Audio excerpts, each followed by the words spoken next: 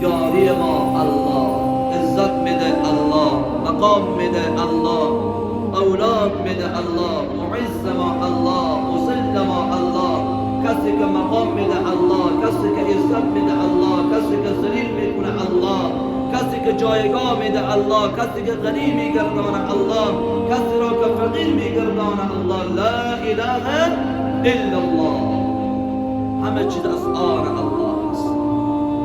ایاک نعبد و ایاک نستعین. به جای نماز استادیم به طرف الله میگه پروردگارا از تو یاری میطلبم.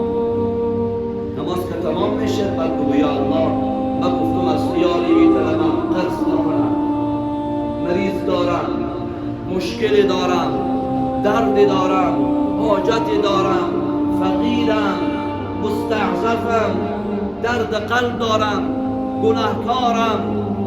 وقتی این حرف رو میگی الله